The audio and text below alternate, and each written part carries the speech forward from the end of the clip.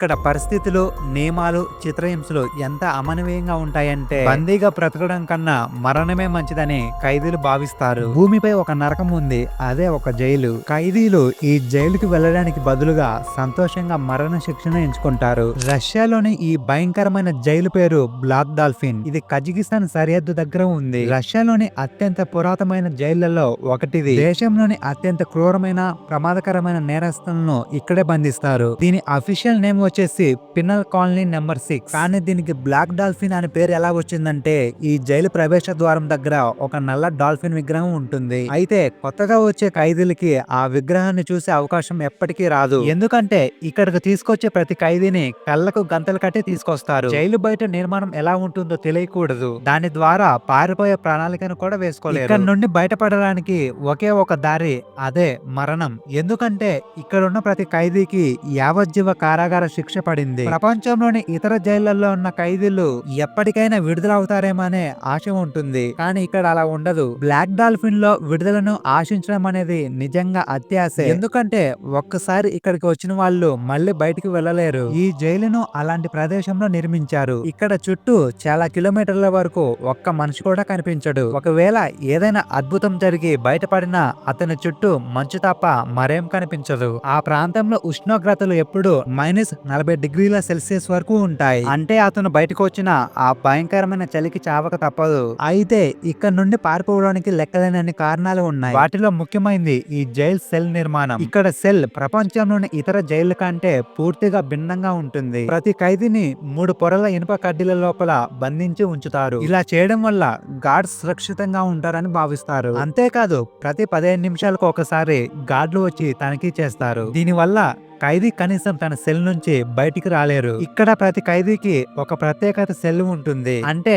వాళ్ళు ఒకరినొకరు చూసుకునే అవకాశం కూడా ఉండదు. ఒకసారి రిపోర్టర్ మురాద్ గోస్తా బ్లాక్ డాల్ఫిన్ జైలును సందర్శించారు. అక్కడ ఒక ఖైదీని ఇంటర్వ్యూ చేశారు. ఆ ఖైదీ ఇలా చెప్పాడు: ఈ జైల్లో ఏ ఖైదీ అయినా జంతువుగా మారడం చాలా సులభం, కానీ మనిషిగా మిగలడం చాలా కష్టం. ఎందుకంటే జంతువులు ఎంత హింసాత్మకంగా ఉన్నా వాటిని కూడా 3 మందపాటి ఇనుప కడ్డీలు వెనక బంధించరు. ప్రపంచంలోని ప్రతి జైల్లో కఠినమైన నియమాలు మరియు కఠినమైన క్రమశిక్షణ ఉంటాయి, కానీ బ్లాక్ డాల్ఫిన్ లో నియమాలు వేరే స్థాయిలో ఉంటాయి. ఇక్కడ ఏదైనా ఆఫీసర్ ఒక ఖైదీకి ఆజ్ఞ ఇస్తే ఆ ఖైదీ తప్పనిసరిగా ఎస్ సార్ అని మాత్రమే సమాధానం ఇవ్వాలి. ప్రపంచంలో అన్ని జైళ్లలో ఖైదీలను సాధారణంగా నడిపించుకొని వెళ్తారు, కానీ బ్లాక్ డాల్ఫిన్ చాలా భిన్నమైనది. ఇక్కడ ఖైదీలను ఒక విచిత్రమైన భంగిమలో నడిపిస్తారు. దాన్ని స్ట్రెస్ పొజిషన్ అంటారు. ఈ పద్ధతిలో ఖైదీల నడుములను ముందుకు వంచి చేతులను వెనక వైపు లాక్ చేసి తీసుకెళ్తారు. సెల్ నుంచి బయటకు తీసేటప్పుడు వారి కళ్ళకి నల్లగుడ్డ కడతారు. ఇలా చేయడానికి ఒక ముఖ్య కారణం ఉంది. ఆ భంగిమలో తీసుకెళ్లడం వల్ల ఖైదీలు జైలు యొక్క నిర్మాణాన్ని గుర్తించలేరు. ఫలితంగా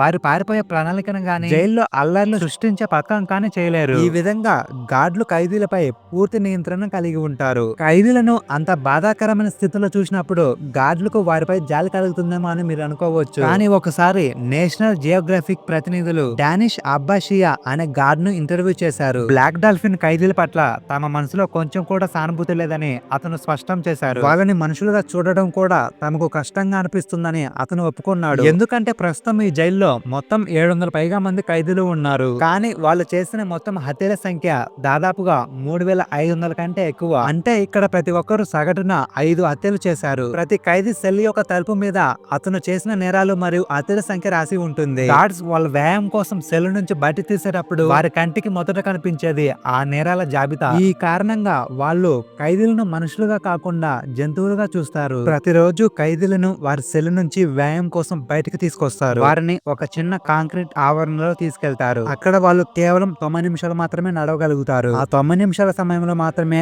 వారికి బహిరంగ అవకాశాన్ని చూసే అవకాశం ఉంటుంది. ఖైదీలు వ్యాయామం చేసే సమయంలో గార్డులు వారి సెల్లును నిరంతరం తనిఖీ చేస్తుంటారు. గార్డులకు హాని కలిగించే ఏ వస్తువులను ఖైదీలు దాచిపెట్టుకోకుండా చూసుకోవడమే దీని ఉద్దేశం. ఈ జైల్లో భద్రత ఎంత కఠినంగా ఉందంటే దేన్నైనా చూడడం దాదాపు అసాధ్యం. ఇక్కడ వాళ్ళు 24 గంటలు కఠినమైన నిఘాలో ఉంటారు. ప్రతి ఖైదీ సెల్ లోపల మరియు బయట ప్రతి చోట కెమెరాలు ఉంటాయి. ఇది వింటే మీరు ఆశ్చర్యపోవచ్చు. వాళ్ళు బాత్రూమ్స్ కు వెళ్ళినప్పుడు కూడా కెమెరాలు బంధించబడతారు. వారికి ఒక్క నిమిషం కూడా గోప్యత ఉండదు. అంటే ఎందుకంటే 24 గంటలు ఎవరో ఒకరు వాళ్ళని అబ్జర్వ్ చేస్తూ ఉంటారు. నిద్ర లేచిన తర్వాత అనుమతి లేదు. వాళ్ళు చాలా గంటల సేపు తమ సెల్ లోపల నిరంతరం నిలబడి ఉండాలి. ఆ 90 నిమిషాలు వ్యాయామ సమయం కోసం తీసుకెళ్ళినప్పుడు కూర్చోవడానికి వాళ్ళకి అనుమతిస్తారు. చాలా జైళ్లలో ఖైదీలందరూ కలిసి భోజనం చేయడానికి ఒక లంచ్ రూమ్ ఉంటుంది. ఇక్కడ వారికి ఒకరితో ఒకరు మాట్లాడుకునే అవకాశం కూడా లభించదు. కానీ బ్లాక్ డాల్ఫిన్ లో అలాంటి క్యాంటీన్ వ్యవస్థ ఏది లేదు. వారికి సెల్ లోపలే భోజనం, అది కూడా దూరం నుంచి ఒక ట్రేలో లోపలికి నెట్టేస్తారు. అచ్చం కుక్కకి పెట్టినట్టు. బ్లాక్ డాల్ఫిన్ లాంటి నరకం నుంచి తప్పించుకోవడానికి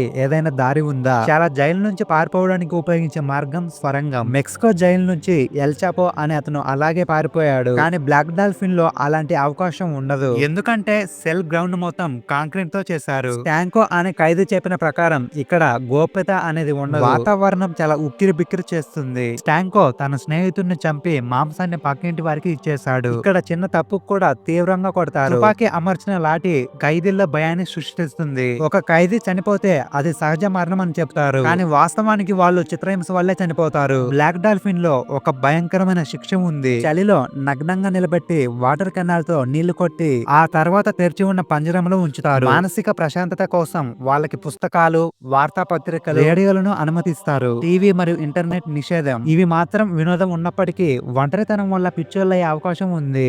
ఎందుకంటే బయటకు తీసే సమయం తప్ప వాళ్ళు ఒకరినొకరు చూసుకోలేరు లేదా మాట్లాడుకోలేరు. స్టాంకో ప్రకారం విడుదలవుతామనే ఆశ చచ్చిపోతుంది వాళ్ళకి. ఇక్కడ తమ విధిని అంగీకరించినప్పుడు మాత్రమే బలంగా ఉంటారు. ఇక బనక్ అనే మరో ఖైదీ. ఈ బనక్ 5గురిని చంపి వారి శరీరాలను కాల్చేశాడు. బ్లాక్ డాల్ఫిన్ లో అతను తన రూమ్మేట్ ని తినేశాడు. ఆలోచించండి వీళ్ళు ఎంత ప్రమాదకరమో. మరి ఇలాంటి వాళ్ళకి జైలు కరెక్టా కాదా మీరే చెప్పాలి.